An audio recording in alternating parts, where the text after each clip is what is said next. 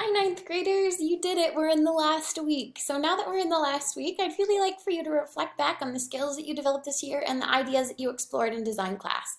I want you to, today's assignment task thing is going to have two parts. The first part is I want you to take time to reflect on this year and really think about the achievement or improvement that you are the most proud of. So what did you do or what skills did you develop this year that you are the most proud of in design?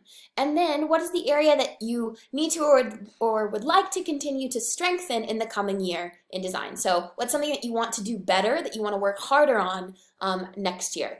Then I want you to create a visual aid that communicates this reflection and goal. Typo, whoops.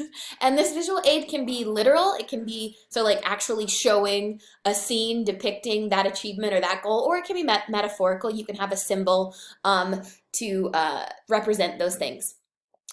You can create this visual aid using your device. So you can use a graphic, Canva, a drawing app, or you can make a model using toys or objects in your home. You can you can sketch your goal, and you can make an animation or a comic strip, anything you'd like to do. Just be creative in a way that you enjoy and depict this reflection that you have done. So I don't care what format you use. You can make a movie, a sketch, you can paint, you can make something digitally, whatever you'd like. Just be creative and represent your reflection in a way that you're going to enjoy. I want this activity to be a fun one because on Wednesday I want you to share these representations of your goal and your personal reflection for the year. So, and then I'll hold on to these, and then we can look at them again next year to see how we've done with our goals and how we've improved.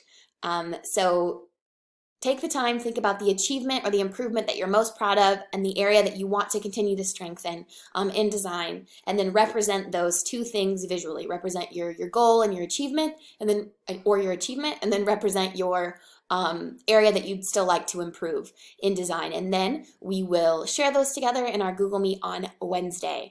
And then that will be our final meet of the year.